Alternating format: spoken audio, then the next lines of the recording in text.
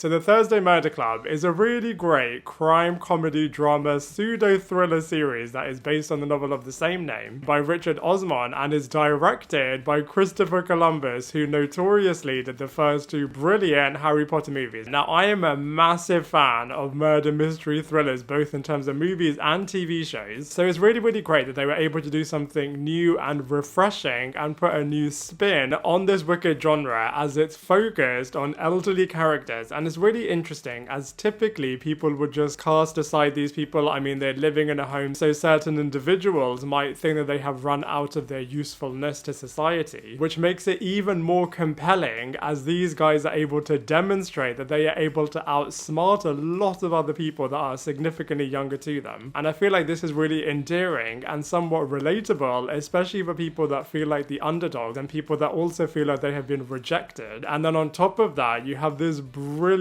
package of a murder mystery thriller series. It's really glossy, it's got loads of twists and turns, it's so addictive, you're never going to be looking at your phone, and I just feel like it's put together in such a good way. So let's go through all of the endings and all of the murders. So Tony Curran, it is revealed, has been murdered by immigrant Bogdan, who claims that it was a complete accident because he originally went to Tony Curran as he wanted to get his passport back, but Tony said no, and then obviously one thing led to another. And of course this movie starts off by the black and white murder of Angela Hughes, and it's revealed that it was in fact her boyfriend Peter, but he was let go because all of the other police officers thought that he is one of the boys. But one of the police officers that didn't think this was one of the original members of the Thursday Murder Club, which is of course Penny, and she injected him with a lethal substance, and her husband and partner John helped her cover this up by putting Peter's body underground. And it's revealed that John is also the person that killed off Ian Ventham, as he didn't want him to discover Peter's real body, and then John also kills off Penny as he is not going to be there anymore because he's going to be going to jail, so there will be nobody to really talk to her and look after her, so he wanted her to go out peacefully. I think it's really clever how there were so many red herrings across this movie that you're convinced is actually one of the murderers. And Cooper's Chase the Care Home does actually feature in the future installments of the book series, so I think Elizabeth's suggestion of saying to Joyce that Joanna should buy it is actually probably going to go ahead. So let's go through all of the legendary cast and characters now. So I feel like Helen Mirren does such a good job as Elizabeth, the retired spy and the true mastermind behind everything pretty much in this film. And because of the fact that she has a spy background, she knows how to speak to people, she knows how to put clues together, she knows how to properly mystery solve and see things that other people don't. She's incredibly smart, super independent, and always a number of steps ahead of everybody else. We also have her partner in crime, Pierce Brosnan, who played a very different partner to Helen Mirren in Mobland, and he is a retired union leader, so he is really great at convincing and putting everyone together and managing a crowd. Ben Kingsley is a retired psychologist. He didn't have that much to do with the plot of this film, but I'm sure he will do in future installments. I loved Celia Imrie as Joyce. I feel like she was originally the eyes and ears for the audience at the start of this movie, and I feel like she definitely epitomizes do not take my kindness for weakness. David Tennant does an absolutely flawless performance as Ian Ventham. We've of course seen him playing villainous characters, for example the Purple Man in Jessica Jones, but his character over here has got some fiendish one-liners. Naomi Ackie was also really, really great as the police officer on the inside helping the Thursday Murder Club. I feel like Daniel Mays overacts a little bit and it felt a little bit jarring with everybody else's performances. And I loved seeing Tom Ellis here playing somebody that is no longer as famous as they once were before and is now trying a number of different routes to get back into the spotlight. So overall, I'm actually thoroughly impressed and surprised that the Thursday Murder Club was so brilliant. You're hoping that it will work, and it's so compelling and brilliant that it actually does do. They've got a brilliant group of characters played brilliantly by this awesome cast, and it's just so compelling that I cannot wait to see what's going to happen next. And hopefully they'll commission loads of sequels, as there are already 4 more stories. But as far as the Thursday Murder Club, the first entry in this movie installment, hopefully is concerned, I'm going to give it a solid 7